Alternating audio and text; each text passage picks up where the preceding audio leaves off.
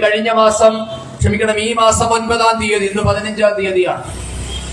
ഈ മാസം 9-ാം തീയതി 1-ാം വർഷ MBBSന്റെ പരീക്ഷ പൂർത്തിയാക്കി ഹരിപ്പാടുള്ള വീട്ടിലേക്ക് മടങ്ങിയെത്തേണ്ടതായിരുന്നു. സാവരിയ ബസന്ത് എന്നുള്ള തങ്ങളുടെ പ്രിയപ്പെട്ട മകള് അച്ഛനെയും അമ്മയെയും കാണാൻ 9-ാം തീയതി മടങ്ങിയെത്തുമെന്ന പ്രതീക്ഷയിൽ ഇങ്ങോട്ടേക്കുള്ള വിമാന ടിക്കറ്റിന് പണമടച്ച് കാത്തിരുന്ന മാതാപിതാക്കളെ തേടിയെത്തിയത് മകൾ കൊല്ലപ്പെട്ടു എന്ന വാർത്തയായിരുന്നു. കേവലം ഒരു വാക്കുതർക്കത്തിന്റെ പേരിൽ, ഏതെങ്കിലും ഒരു പ്രകോപനത്തിന്റെ പേരിൽ ഉണ്ടായ പെട്ടെന്നുള്ള ദേഷ്യത്തിലോ വൈരാഗ്യത്തിലോ നടത്തിയ ഒരു കൊലപാതകമാണ് എന്നാണ് ആദ്യമായി ഈ വാർത്ത പുറത്തു വന്നപ്പോൾ കുടുംബാംഗങ്ങളും നാം ഒക്കെയും കരുതിയത്. കാരണം അത്തരത്തിലുള്ള വാർത്തയായിരുന്നു അന്ന് പുറത്തു വന്നത്. സഹപാഠി ലാപ്ടോപ്പ് ഉപയോഗിച്ച് 1-ാം വർഷ MBBS വിദ്യാർത്ഥിനിയെ കൊലപ്പെടുത്തി എന്നതായിരുന്നു മാധ്യമങ്ങളിൽ കൂടി പുറത്തു വന്ന വാർത്ത. പ്രിയപ്പെട്ടവരെ, ആ വാർത്ത കണ്ടപ്പോ നമുക്കാർക്കും വലിയ അസ്വാഭാവികതയൊന്നും തോന്നിയില്ല. കാരണം വിദ്യാർത്ഥികൾക്കിടയിൽ ഉണ്ടായ ഒരു തർക്കത്തിന്റെ പേരിൽ പെട്ടെന്നുണ്ടായ ദേഷ്യത്തിന്റെ ഭാഗമായി ഒരു ചെറുപ്പക്കാരൻ ചെയ്ത ഒരു കൃത്യം, ദൗർഭാഗ്യകരമായ ഒരു സംഭവത്തിന്റെ പേരിൽ അവന്റെ സഹപാഠിയുടെ ജീവൻ നഷ്ടപ്പെട്ടു എന്നാണ് നാം ഒക്കെ കരുതിയത്. ഈ സംഭവം അറിഞ്ഞ് ആ പെൺകുട്ടിയുടെ ഇളയമ്മയുടെ ഭർത്താവ് ഉസ്ബെക്കിസ്ഥാനിൽ എത്തുമ്പോഴാണ് ഇതിന്റെ പിന്നിലുള്ള യഥാർത്ഥ സംഭവം പുറം ലോകം അറിഞ്ഞത്.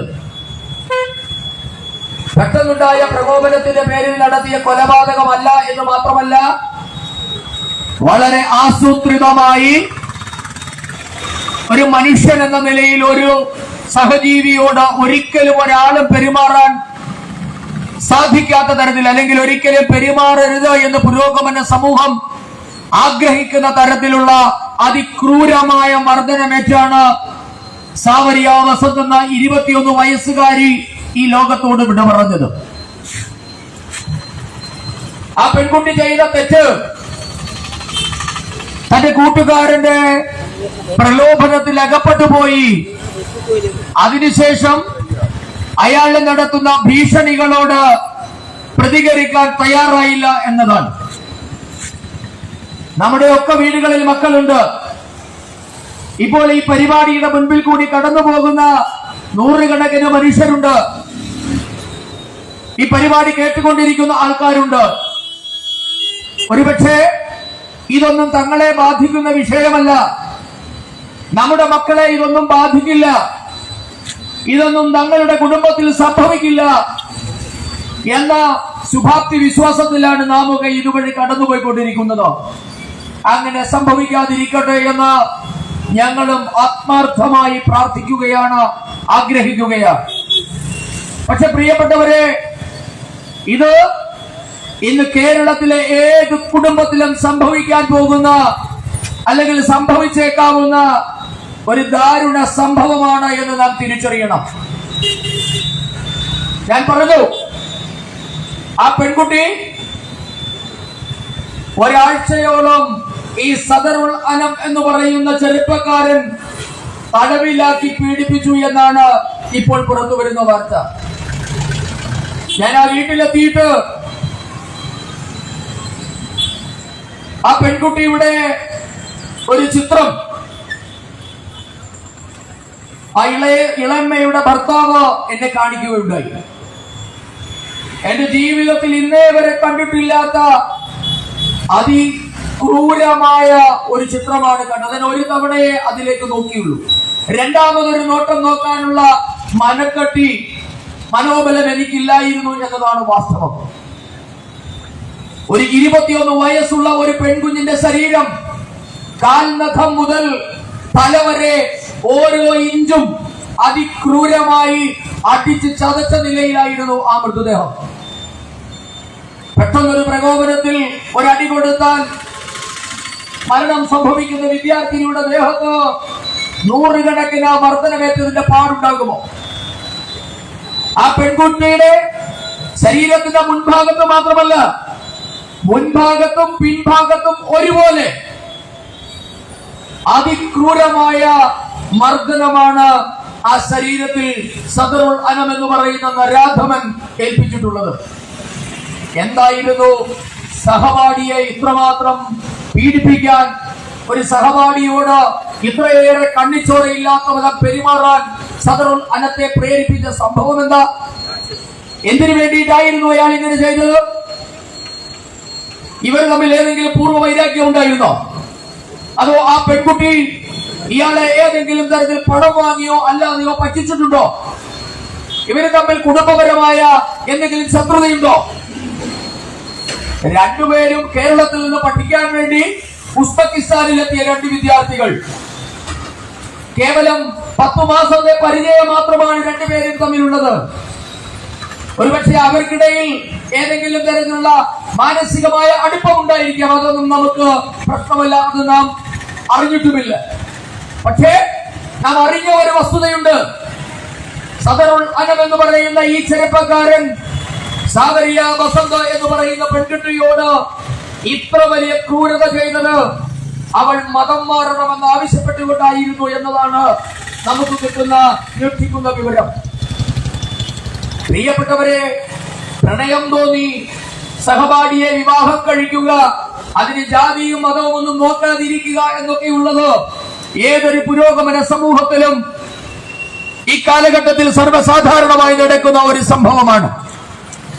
നിങ്ങളുടെ പ്രണയം ആത്മാർത്ഥമാണെങ്കിൽ, നിങ്ങളുടെ പ്രണയത്തിന് മറ്റ് അജണ്ടകളില്ല എങ്കിൽ എന്തിനാണ് വിവാഹം കഴിക്കാൻ ആഗ്രഹിക്കുന്ന പെൺകുട്ടി മതം മാറണമെന്ന് നിങ്ങൾ ശ്രദ്ധിക്കുന്നത്? മതപരമായ ജീവിത രീതിയിലേക്ക് പോകണം. തന്നോട് ഇഷ്ടമാണെന്ന് പറഞ്ഞതിന്റെ പിറ്റേ ദിവസം മുതൽ ആ പെൺകുട്ടി ജീവിതത്തിൽ കഴിഞ്ഞ 21 വർഷമായി അനുഷ്ഠിച്ചു വന്ന എല്ലാ ആചാരങ്ങളും ഉപേക്ഷിക്കണം. അവൾ തട്ടമിടണം, 5 നേരം നിസ്കരിക്കണം എന്നൊക്കെ ശ്രദ്ധിക്കുന്നത് എന്തിനാണ്? സ്വാഭാവികമായും അതിന് തയ്യാറാകാതിരുന്നതിന്റെ പേരിലാണ് സാവരിയ ബസന്ത എന്ന് പറയുന്ന 21 വയസ്സുകാരിയെ അതിക്രൂരമായി മർദ്ദിച്ചു കൊലപ്പെടുത്തിയത്. പ്രിയപ്പെട്ടവരെ, ഇത് സംഭവിച്ചത് ഒരു വിദേശ രാജ്യത്താണ്. ഉസ്ബെക്കിസ്ഥാൻ എന്ന് പറയുന്ന ഒരു ഇസ്ലാമിക രാഷ്ട്രത്തിലാണ് ഇത് സംഭവിച്ചത്. ഭാരതവുമായി മികച്ച നയതന്ത്ര ബന്ധമുള്ള ഒരു രാഷ്ട്രമാണ് ഉസ്ബെക്കിസ്ഥാൻ. അവിടെ എത്തിയ ഈ പെൺകുട്ടിയുടെ കുടുംബാംഗങ്ങളോട് ഈ കേസ് എങ്ങനെയെങ്കിലും ഒത്തുതീർപ്പാക്കണമെന്ന് ആവശ്യപ്പെട്ട് 4 ഉസ്ബെക്കിസ്ഥാൻകാർ സമീപിച്ചതിന്റെ പിന്നിൽ എന്താണ് അജണ്ടയുള്ളത്? എന്താണ് സദറുൽ അനം എന്ന് പറയുന്ന പെരിന്തൽമണ്ണക്കാരനായ ചെറുപ്പക്കാരന് ഉസ്ബെക്കിസ്ഥാനിലുള്ള മുസ്ലിം നേതാക്കന്മാരുമായുള്ള ബന്ധം എന്താണ്? എന്തുകൊണ്ടാണ് സദറുൽ അനത്തെ രക്ഷിക്കണമെന്ന് ആവശ്യപ്പെട്ടുകൊണ്ട് ഉസ്ബെക്കിസ്ഥാനിലെ നേതാക്കന്മാർ ഈ സാവരിയ ബസന്തിന്റെ ബന്ധുക്കളെ സമീപിക്കാനുള്ള കാരണം എന്താണ്? അപ്പോ നാം മനസ്സിലാക്കുന്നു, ഇതിനു പിന്നിൽ സദറുൽ അനം ഒറ്റയ്ക്കായിരുന്നില്ല, മറിച്ച് സദറുൽ അനത്തോടൊപ്പം ഉസ്ബെക്കിസ്ഥാൻകാരായ ചിലരുടെ സഹായം കൂടി ഈ കൊലപാതകത്തിനുണ്ടായിരുന്നു എന്നാണ് നാം മനസ്സിലാക്കുന്നത്. അതുകൊണ്ടല്ലേ ഈ ചെറുപ്പക്കാരനെ രക്ഷിക്കണമെന്ന് ആവശ്യപ്പെട്ട് ഉസ്ബെക്കിസ്ഥാൻകാർ രംഗത്ത് വന്നത്.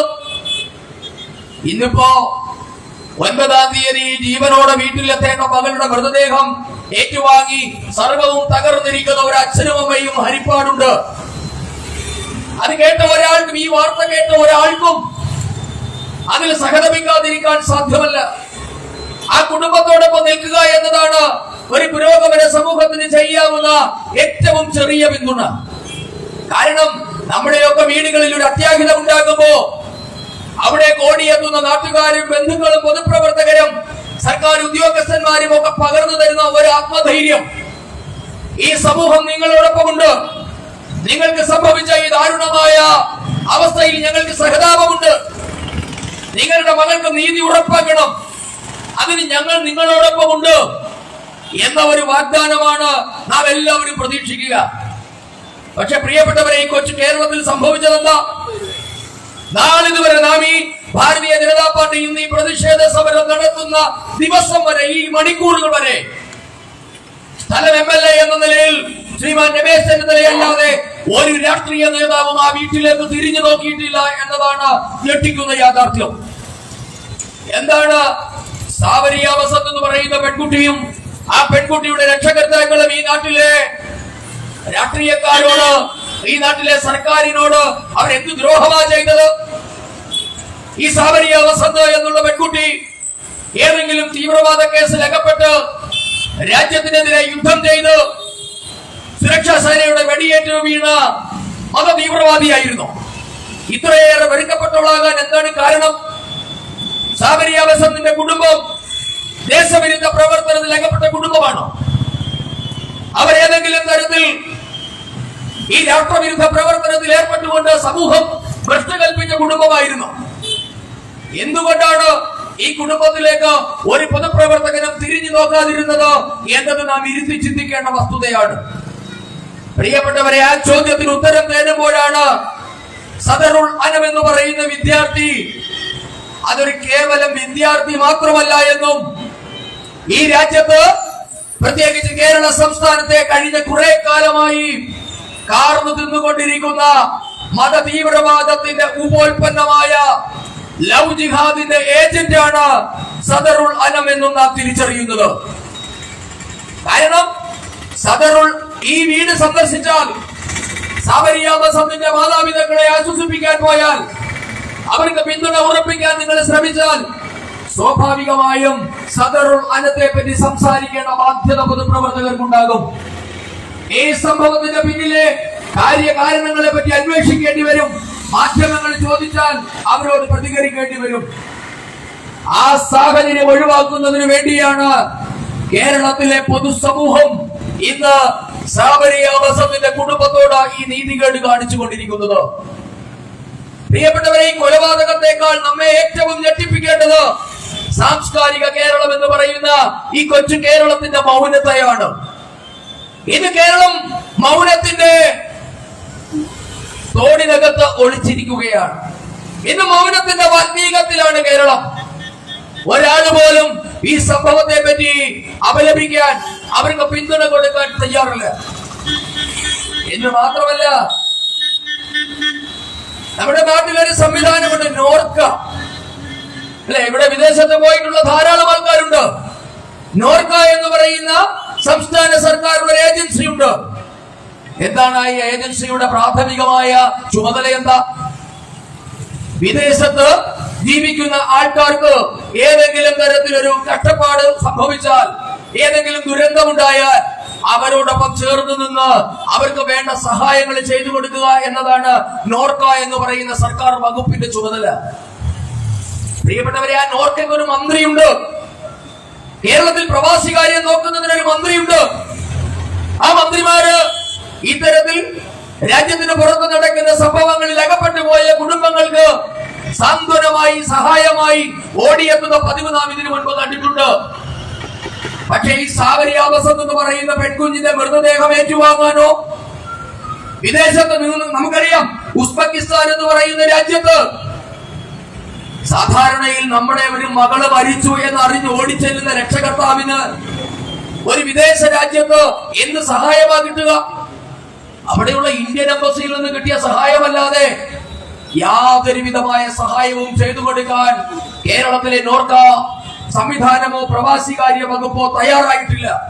എന്ന് മാത്രമല്ല, ഈ മൃതദേഹം തിരുവനന്തപുരത്ത് എത്തിച്ചപ്പോൾ, വിമാനത്താവളത്തിൽ എത്തിക്കുമ്പോ ഏറ്റുവാങ്ങാൻ പോലും ഒരാൾ പോലും തയ്യാറായില്ല എന്ന കാര്യം നാം ഞെട്ടലോടെ മനസ്സിലാക്കണം.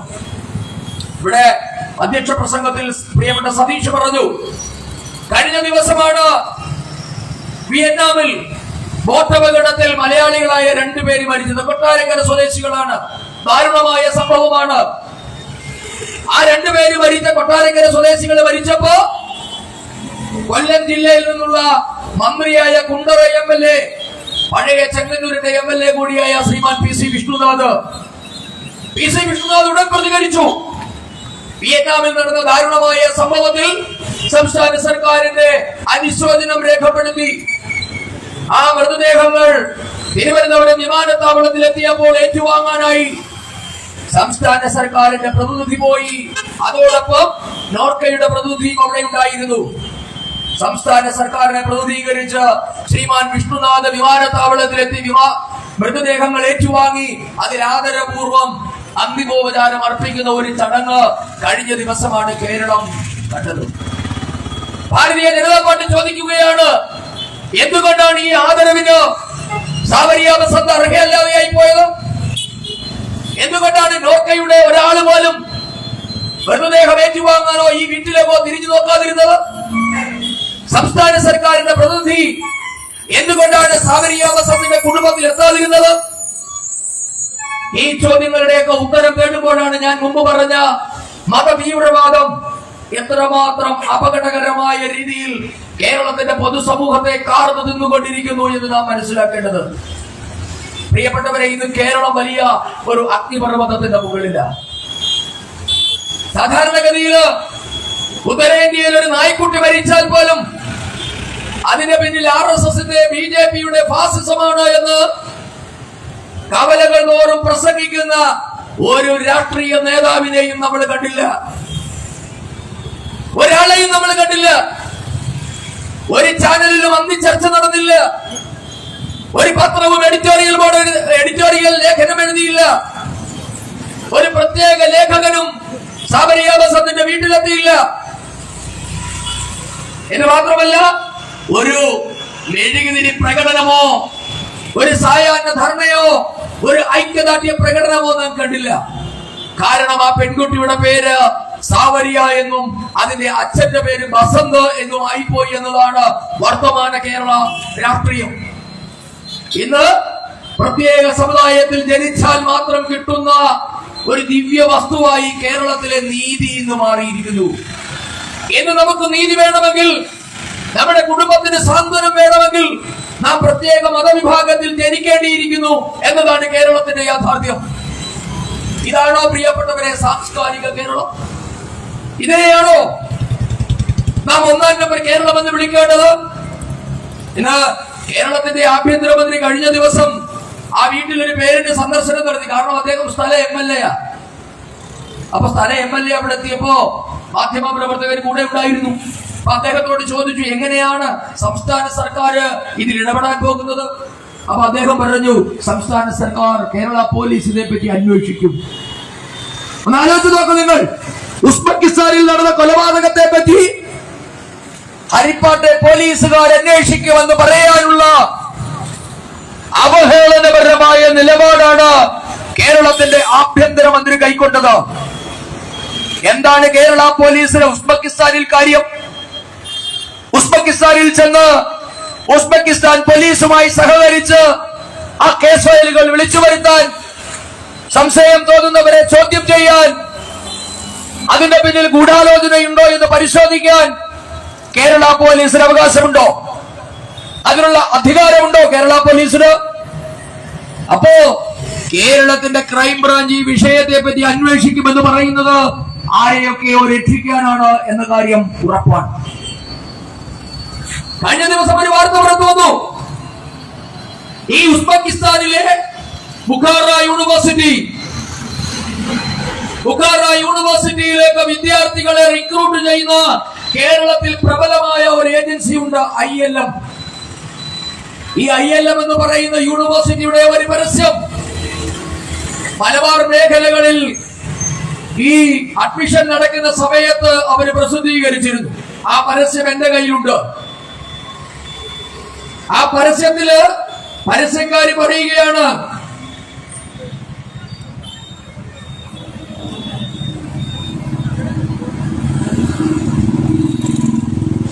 ബുഖാറ യൂണിവേഴ്സിറ്റിയിലേക്ക് വിദ്യാർത്ഥികളെ ക്ഷണിച്ചുകൊണ്ട് പരസ്യക്കാര് പറയുന്നത്, അവിടെ എത്തിയാൽ നിങ്ങൾക്ക്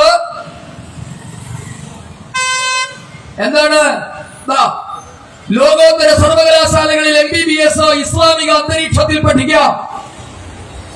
ഈ ഇസ്ലാമിക അന്തരീക്ഷത്തിൽ MBBS പഠിപ്പിക്കുന്ന ഒരു സ്ഥാപനത്തിലേക്കാണ് ഈ സാവരിയ ബസന്ത് എന്ന് പറയുന്ന പെൺകുഞ്ഞു പോയത്. കാരണം എന്താ? തെക്കൻ തിരുവിതാംകൂറിലെ പത്രങ്ങളിൽ പരസ്യം ചെയ്തപ്പോൾ ഇങ്ങനെ ഒരു വാചകമില്ല. തൃശൂർ മുതൽ വടക്കോട്ട് ചെയ്ത എല്ലാ പരസ്യങ്ങളും അന്തരീക്ഷത്തിൽ MBBS എന്ന് പറഞ്ഞു കൊടുക്കുകയും എറണാകുളം മുതൽ വടക്കോട്ടുള്ള തിരുവിതാംകൂർ ഭാഗത്തേക്ക് വന്നപ്പോൾ അത് സമ്പൂർണമായി ഒഴിവാക്കി മനുഷ്യരെ പറ്റിക്കുന്ന പരസ്യമാണ് കൊടുത്തത്. ഒരുപക്ഷെ ഇസ്ലാമിക അന്തരീക്ഷത്തിലാണ് MBBS പഠനമെന്ന പരസ്യം സാബരിയുടെ മാതാപിതാക്കൾ കണ്ടിരുന്നു എങ്കിൽ അവർ തങ്ങളുടെ മക്കളെ അങ്ങോട്ട് അയക്കുമായിരുന്നോ എന്ന ചോദ്യം വളരെ പ്രസക്തമാണ്. പ്രിയപ്പെട്ടവരെ, ആരായി പരസ്യം കൊടുത്തിരിക്കുന്നത്?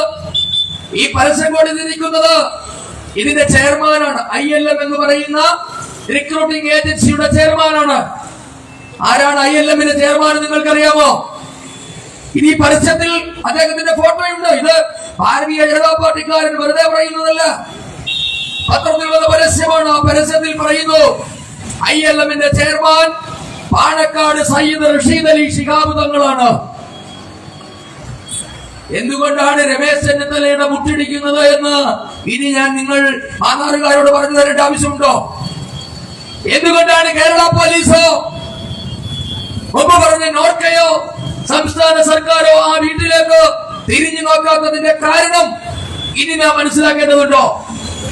സയ്യിദ് റാഷിദ് അലി പാണക്കാട് ശിഹാബ് തങ്ങൾ ചെയർമാനായ ഏജൻസിയാണ് ബുഖാറ മെഡിക്കൽ യൂണിവേഴ്സിറ്റിയിലേക്ക് വിദ്യാർത്ഥികളെ റിക്രൂട്ട് ചെയ്തു വിടുന്നത്. അപ്പോ ഇതേ പറ്റിയൊക്കെ അന്വേഷണം നടന്നാൽ സ്വാഭാവികമായും ഇന്ന് UDF സർക്കാരിനെ താങ്ങി നിർത്തുന്ന മുസ്ലിം ലീഗ് അടക്കമുള്ള സംഘടനകളുടെ പങ്ക് ഇതിന്റെ പിന്നിൽ വെളിപ്പെടും എന്നതുകൊണ്ടാണ് കേരള സർക്കാർ തന്ത്രപരമായ മൗനം ആചരിക്കുന്നത്. പക്ഷെ പ്രിയപ്പെട്ടവരെ, നമുക്ക് അംഗീകരിച്ചു കൊടുക്കാൻ സാധ്യമല്ല. കാരണം നമ്മുടെ മകളാണ് സാബരിയ. നമ്മുടെ ഓരോരുത്തരുടെയും വീടുകളിൽ നിന്ന് പോകുന്ന പെൺകുഞ്ഞിന്റെ അതേ പ്രായം, നമ്മുടെയൊക്കെ മകളുടെ പ്രായം, മകളാകാൻ മാത്രം പ്രായമുള്ള ഒരു പെൺകുഞ്ഞ്. ആ പെൺകുഞ്ഞ് ഒരു ദിവസം ഭൂമിയിൽ നിന്നും ഇല്ലാതെയാകുമ്പോ ആ വീട്ടുകാരെ അങ്ങനെ ഒറ്റയ്ക്കാക്കുക എന്നത് ഈ സമൂഹത്തിന്റെ ധർമ്മമല്ല എന്ന് നാം തിരിച്ചറിയണം. സാവരിയ ബസത്തിന്റെ വീട്ടുകാരും BJP-കാരൊന്നുമല്ല. അവർ BJP-യുടെ ഏതെങ്കിലും ചുമതല വഹിക്കുന്നവരോ BJP-യോട് അനുഭാവമുള്ളവരോ ഒന്നുമല്ല. പക്ഷെ ഞങ്ങൾ ആ വീട്ടിൽ ചെന്നപ്പോ ആ വീട്ടുകാർ അനുഭവിക്കുന്ന ഒറ്റപ്പെടൽ, ആ അച്ഛനും അമ്മയ്ക്കും ആരുമില്ലാതെ അവർ ഏകാന്തമായി അനുഭവിക്കുന്ന യാതനയുണ്ടല്ലോ, അത് പങ്കുവച്ച് ഈ സമൂഹം അവരോടൊപ്പം നിൽക്കേണ്ടതാണ് എന്ന ഉത്തമ ജനാധിപത്യ ബോധ്യത്തിൽ നിന്നാണ് ഭാരതീയ ജനതാ പാർട്ടി ഇന്ന് ഈ സായാഹ്ന ധർണയുമായി ഇവിടെ എത്തിയിരിക്കുന്നത്. പ്രിയപ്പെട്ടവരെ, ഞങ്ങളൊന്നേ ആവശ്യപ്പെടുന്നുള്ളൂ. ഇതിനകത്ത് ഒരു മതവും പറയണമെന്ന് ഭാരതീയ ജനതാ പാർട്ടി ഉദ്ദേശിക്കുന്നില്ല. ഇതിനകത്ത് മതത്തെ വലിച്ചിഴക്കാനും ഞങ്ങൾക്ക് താല്പര്യമില്ല. പക്ഷേ ഈ കൊലപാതകത്തിന്റെ പിന്നിലെ യാഥാർത്ഥ്യം തിരിച്ചറിയണം. കാരണം ഇനിയും നമ്മുടെ മക്കൾ, ആയിരക്കണക്കിന് മക്കൾ കേരളത്തിന് പുറത്ത്, ഇന്ത്യയുടെ പുറത്ത് ഈ യൂണിവേഴ്സിറ്റിയിലേക്ക് പോകുന്നുണ്ട്. ഞാൻ മനസ്സിലാക്കുന്നത് ഏകദേശം 11,000 കുട്ടികൾ ഈ യൂണിവേഴ്സിറ്റിയിൽ ഇന്ത്യയുടെ വിവിധ ഭാഗങ്ങളിൽ നിന്ന് പഠിക്കുന്നുണ്ട് എന്നാണ്. കഴിഞ്ഞ ദിവസം അവിടെ ചെന്നപ്പോ ഞെട്ടിക്കുന്ന ഒരു വിവരം കൂടി എനിക്ക് കിട്ടി. അത് പറഞ്ഞത് അവിടേക്കുള്ള റിക്രൂട്ട്മെന്റിന്, അതായത് യൂണിവേഴ്സിറ്റിയിൽ ക്ഷമിക്കണം, ഈ MBBS കോഴ്സിന് അഡ്മിഷൻ കിട്ടണമെങ്കിൽ അവര് അഡ്മിഷൻ കൊടുക്കുന്നതിന് ഒരു പ്രത്യേക പാറ്റേൺ ഉണ്ട് പോലും. എന്താ പാറ്റേൺ എന്ന് ചോദിച്ചപ്പോ MBBS-ന് അഡ്മിഷൻ കിട്ടണമെങ്കിൽ അല്ലെങ്കിൽ കൊടുക്കുന്നത് ആൺകുട്ടികളായിട്ടുള്ളവര് മുഴുവൻ മുസ്ലിം കുട്ടികൾ, ഇതര മതസ്ഥരായ പെൺകുട്ടികൾക്കും അഡ്മിഷൻ കൊടുക്കും. ഇതര മതസ്ഥരായ ആൺകുട്ടികൾക്ക് ഈ സർവകലാശാലയിൽ വളരെ കുറച്ച് അഡ്മിഷൻ കൊടുക്കുകയുള്ളൂ. അതായത് ഇന്ത്യയിൽ നിന്നും ഈ ILM അടക്കമുള്ള ഏജൻസികൾ റിക്രൂട്ട് ചെയ്യുന്നതിന്റെ രീതിയെ പറ്റിയാണ് ഞാൻ പറഞ്ഞത്. ആ ഏജൻസിയിൽ വരുന്ന അപേക്ഷയിൽ 90% ആൺകുട്ടികളെ ഒരു പ്രത്യേക സമുദായത്തിൽ നിന്ന് തിരഞ്ഞെടുക്കും. പെൺകുട്ടികൾ മുഴുവൻ ഹിന്ദുക്കളും ക്രിസ്ത്യാനികളും. ഈ പാറ്റേണിലാണ് ILM എന്ന് പറയുന്ന ഏജൻസി അവിടേക്ക് കുട്ടികൾക്ക് അഡ്മിഷൻ കൊടുക്കുന്നത്. ഇതിന്റെ പിന്നിൽ ഒരു ഗൂഢാലോചനയുമില്ലേ? ഇതിന്റെ പിന്നിൽ അജണ്ടകളില്ലേ? ഇത് ചോദ്യം ചെയ്യുക എന്നുള്ളത് ഒരു പൊതുപ്രവർത്തകന്റെ, ഒരു ജനാധിപത്യ വിശ്വാസിയുടെ കടമയല്ലേ? ഇത് ചോദ്യം ചെയ്യുമ്പോഴാണ് പ്രിയപ്പെട്ടവരെ ഭാരതീയ ജനതാ പാർട്ടിയെ നിങ്ങൾ വർഗീയവാദികളെന്ന് ആക്ഷേപിക്കുന്നത്. പക്ഷെ ഞങ്ങൾ പറയുന്നു ഇത്തരം നീതിരഹിതമായ കാര്യങ്ങൾ ചോദ്യം ചെയ്യുമ്പോ, ഈ വിവേചനത്തെ ചൂണ്ടിക്കാണിക്കുമ്പോൾ ഞങ്ങൾ വർഗീയവാദികളാകുന്നു എങ്കിൽ അന്തസ്സോടെ അഭിമാനത്തോടെ ആ പട്ടമണിയാൻ ഞങ്ങൾ തയ്യാറാണ് എന്ന് ഞങ്ങൾ പറയുകയാണ്. പക്ഷേ നമ്മുടെ പെൺമക്കളെ ഇങ്ങനെ കുരുതി കൊടുക്കാൻ നമുക്ക് അനുവദിക്കാൻ പറ്റില്ല. അതുകൊണ്ട് എന്നെ കേൾക്കുന്ന മാതാപിതാക്കളോട്, എന്നെ കേൾക്കുന്ന ജനാധിപത്യ വിശ്വാസികളോട് ഞങ്ങൾക്ക് അഭ്യർത്ഥിക്കാനുള്ളത്, ഇത്തരത്തിലുള്ള ചതിക്കുഴികളിൽ നമ്മുടെ മക്കൾ ചെന്ന് വീഴരുതേ എന്ന് നിങ്ങൾ ഉറപ്പാക്കണം. നമ്മൾ സാധാരണ പറയാറുണ്ട്, നമുക്ക് നമ്മുടെ അയൽക്കാരെ തിരഞ്ഞെടുക്കാനുള്ള സ്വാതന്ത്ര്യമില്ല എന്ന്.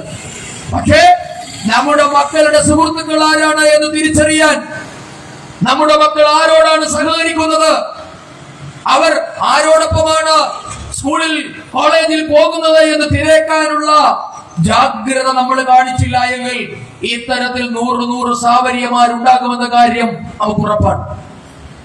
ഇത് വലിയ റാക്കറ്റാണ്. നമ്മുടെ പെൺമക്കളെ ഭീകരവാദ ക്യാമ്പുകളിൽ എത്തിക്കുന്നതിന് വേണ്ടി വലിയ റാക്കറ്റ് കേരളത്തിൽ പ്രവർത്തിക്കുന്നുണ്ട് എന്ന് എത്രയെത്ര സംഭവങ്ങളിൽ കൂടിയാണ് നാം തിരിച്ചറിഞ്ഞത്. കേരള ഹൈക്കോടതിയുടെ ജഡ്ജായിരുന്ന ജസ്റ്റിസ് ശങ്കരൻ അദ്ദേഹത്തിന്റെ വിധിന്യായത്തിൽ അദ്ദേഹം പറഞ്ഞില്ലേ, 4000-ഓളം പെൺകുഞ്ഞുങ്ങളെയാണ് കേരളത്തിന്റെ വിവിധ ഭാഗങ്ങളിൽ നിന്ന് കാണാതെയായത്. ഈ 4000-ഓളം പെൺകുഞ്ഞുങ്ങളിൽ ഭൂരിഭാഗവും വിവിധ മതപഠന കേന്ദ്രങ്ങളിൽ, തീവ്രവാദ ക്യാമ്പുകളിൽ എത്തപ്പെട്ടിട്ടുണ്ടോ എന്നതും കേരളത്തിന്റെ ഹൈക്കോടതിയുടെ കണ്ടെത്തലായിരുന്നില്ലേ? പക്ഷെ പിന്നീട് സർക്കാരുകൾ മാറി മാറി വന്നപ്പോൾ ഈ റിപ്പോർട്ട് കണ്ടില്ല എന്ന് നടിച്ചു. ലവ് ജിഹാദ് എന്നുള്ളത് കേരളത്തിൽ ഒരു യാഥാർത്ഥ്യമേ അല്ല എന്നവർ സ്ഥാപിച്ചെടുത്തു. അതേ കേരളത്തിലല്ലേ സോണിയ സെബാസ്റ്റ്യൻ എന്ന് പറയുന്ന പെൺകുട്ടി ലവ് ജിഹാദിൽ അകപ്പെട്ട് ആത്മഹത്യ ചെയ്തത്? ഇങ്ങനെ 100 പെൺകുട്ടികൾ ജീവനും ജീവിതവും ഉപേക്ഷിക്കുമ്പോ നമ്മളെ സംരക്ഷിക്കണമെന്ന്, നമ്മെ ചേർത്ത് പിടിക്കുമെന്ന് നാം കരുതിയിട്ടുള്ള രാഷ്ട്രീയ നേതൃത്വം നമ്മെ ഇന്ന് കൈയൊഴിയുകയാണ്. ഇടതുപക്ഷമാകട്ടെ വലതുപക്ഷമാകട്ടെ, അവർക്ക് ഇന്ന് സംഘടിത മത ന്യൂനപക്ഷങ്ങളുടെ കയ്യിൽ അകപ്പെട്ടിരിക്കുകയാണ്. ഇന്ന് കേരളത്തിന്റെ ഭരണ പ്രതിപക്ഷ കക്ഷികൾ അവരുടെ രാഷ്ട്രീയം എന്നുള്ളത് സുന്നത്ത് ചെയ്യപ്പെട്ട രാഷ്ട്രീയമാണ്. അവർക്ക് നേരെ ചൊവ്വയുള്ള രാഷ്ട്രീയം ഇന്ന് അവർ വഹിക്കുന്നില്ല. അവരുടെ പ്രതികരണ ശേഷിയെ ഇന്ന് സുന്നത്ത് ചെയ്തിരിക്കുന്നു. കേരളത്തിന്റെ ആഭ്യന്തരമന്ത്രിയെ, കേരളത്തിന്റെ മുഖ്യമന്ത്രിയുടെ പ്രതികരണത്തെയൊക്കെ സുന്നത്ത് ചെയ്യാൻ തക്ക ആർജവമുള്ള തന്റെ ഇടമുള്ള നേതാക്കന്മാർ ഇന്ന് പല ഭാഗങ്ങളിലുമുണ്ട്. പക്ഷെ ഭാരതീയ ജനതാ പാർട്ടിക്ക് എന്തായാലും അത്തരം ഭയമൊന്നുമില്ല. ഞങ്ങൾ ഈ നാട്ടിലെ ജനങ്ങളോട് ആത്മാർത്ഥമായി ആർജവത്തോടു കൂടി പറയുകയാണ്, കേരളം ഇന്ന് വലിയ ഒരു തീവ്രവാദത്തിന്റെ വക്കിലാണ് എത്തി നിൽക്കുന്നത്. ഏതു നിമിഷവും നമ്മുടെ ഓരോരുത്തരുടെയും വീടുകളിലേക്ക് കടന്നു കയറാവുന്ന തരത്തിൽ കേരളത്തിൽ മത തീവ്രവാദം ഇന്ന് ശക്തിപ്പെട്ടിരിക്കുന്നു. അതിന് 2 മുന്നണികളും ചേർന്ന് കുടപിടിച്ചു കൊടുക്കുകയാണ് പ്രിയപ്പെട്ടവരെ. അതുകൊണ്ട് സാവരിയ ബസന്ത് എന്ന് പറയുന്ന നമ്മുടെ മകളുടെ മരണം ഈ നാടിനെ സംബന്ധിച്ച് വലിയ തീരാ നഷ്ടമാണ്. എന്തായാലും ആ പെൺകുഞ്ഞിന്റെ ജീവിതം തിരിച്ചു കൊടുക്കാൻ നമുക്ക് സാധ്യമല്ല, ജീവൻ തിരിച്ചു കൊടുക്കാൻ സാധ്യമല്ല. പക്ഷേ ആ കുടുംബത്തിന് നീതി ഉറപ്പാക്കുക എന്നുള്ളത് ഏതൊരു പൗരന്റെയും കടമയാണ്. മക്കളുള്ള ഏതൊരു മാതാപിതാക്കളുടെയും കടമയാണ്. ആ കുടുംബത്തോടൊപ്പം അവർക്ക് നീതി ലഭിക്കാൻ ഭാരതീയ ജനതാ പാർട്ടി ഉണ്ടാകുമെന്ന് ഞങ്ങൾ ഇവിടെ അസന്നിഗ്ധമായി പ്രഖ്യാപിക്കുകയാണ്. CBI അന്വേഷണത്തിന് മാത്രമേ ഈ കേസിൽ എന്തെങ്കിലും ചെയ്യാൻ പറ്റുകയുള്ളൂ. കാരണം അന്താരാഷ്ട്ര മാനങ്ങളുള്ള ഒരു കേസ്, അത് അന്വേഷിക്കാനുള്ള ഒരു ശേഷിയും അധികാരവും ക്രൈംബ്രാഞ്ചിനോ കേരള പോലീസിനോ ഇല്ല എന്നത് പകല് പോലെ വ്യക്തമാണ്. ആ സാഹചര്യം തിരിച്ചറിഞ്ഞിട്ടും ക്രൈംബ്രാഞ്ചിനെ ഈ കേസ് ഏൽപ്പിച്ചതിന്റെ പിന്നിൽ വലിയ ഗൂഢാലോചനയുണ്ട്. അത് സാവരിയ ബസന്തിന്റെ കുടുംബത്തോടുള്ള അവഹേളനമാണ്, ഭാരതത്തിന്റെ നീതിന്യായ വ്യവസ്ഥയോടുള്ള അവഹേളനമാണ് പ്രിയപ്പെട്ടവരെ. അതുകൊണ്ട് ഭാരതീയ ജനതാ പാർട്ടിയുടെ ജില്ലാ അധ്യക്ഷൻ എന്ന നിലയിൽ ഞാൻ പറയുന്നു, ആ കുടുംബത്തിന് നീതി ഉറപ്പാക്കാൻ, അവർക്ക് CBI അന്വേഷണം ഏർപ്പെടുത്തി കൊടുക്കാൻ, കേന്ദ്ര വിദേശകാര്യ മന്ത്രിയെ നേരിട്ട് കണ്ട് അവരുടെ സങ്കടം ബോധിപ്പിക്കാൻ, ഉസ്ബെക്കിസ്ഥാനിൽ നടക്കുന്ന അന്വേഷണം നീതിപൂർവമാണ് എന്ന് ഉറപ്പുവരുത്താൻ ഭാരതീയ ജനതാ പാർട്ടി ഉണ്ടാകുമെന്ന് ഉറപ്പ് നൽകിക്കൊണ്ട് ഇനിയും ഇത്തരത്തിലുള്ള സാവര്യമാരി നാട്ടിൽ ഉണ്ടാകാതെ ഇരിക്കാൻ നാം ഓരോരുത്തരും ജാഗ്രത പാലിക്കണമെന്ന് അഭ്യർത്ഥിച്ചുകൊണ്ട് ഈ നടത്തുന്ന പരിപാടികൾ ഭാരതീയ ജനതാ പാർട്ടിയുടെ രാഷ്ട്രീയ ലാഭത്തിന് വേണ്ടിയാണ് എന്ന് തെറ്റിദ്ധരിക്കാതെ നമ്മുടെ ഓരോരുത്തരുടെയും മക്കളെ കാത്തിരിക്കുന്ന, അവരെ വലയിലകപ്പെടുത്താൻ കാത്തിരിക്കുന്ന മതഭീകരതയ്ക്കെതിരായ വിട്ടുവീഴ്ചയില്ലാത്ത നിലപാട് നാം ഓരോരുത്തരും സ്വീകരിക്കേണ്ടതിന്റെ ആവശ്യകത ഊട്ടിയുറപ്പിക്കുന്ന സംഭവമായി ഇതിനെ കരുതി ഇനിയും സാവര്യമാർ ഉണ്ടാകാതിരിക്കട്ടെ. ഈ നാട്ടിന്റെ രാഷ്ട്രീയ സാംസ്കാരിക നേതൃത്വം ഇനിയെങ്കിലും കണ്ണു തുറന്ന് സാവര്യയുടെ കുടുംബത്തിന് ആശ്വാസം പകരാൻ, അവർക്ക് നീതി നൽകാൻ തയ്യാറാകണമെന്ന് ആവശ്യപ്പെട്ടുകൊണ്ട് CBI അന്വേഷണം ഉണ്ടാകുന്നവരെ ഭാരതീയ ജനതാ പാർട്ടി ധർമ്മ സമരത്തിന് നേതൃത്വം കൊടുക്കുമെന്ന് പ്രഖ്യാപിച്ചുകൊണ്ട് ഈ ധർണാ സമരത്തിൽ പങ്കെടുത്ത സഹപ്രവർത്തകരെ അഭിവാദ്യം ചെയ്തുകൊണ്ട് ഈ യോഗം ഉദ്ഘാടനം ചെയ്ത് പ്രഖ്യാപിച്ചു നിർത്തുന്നു. വന്ദേ മാതരം.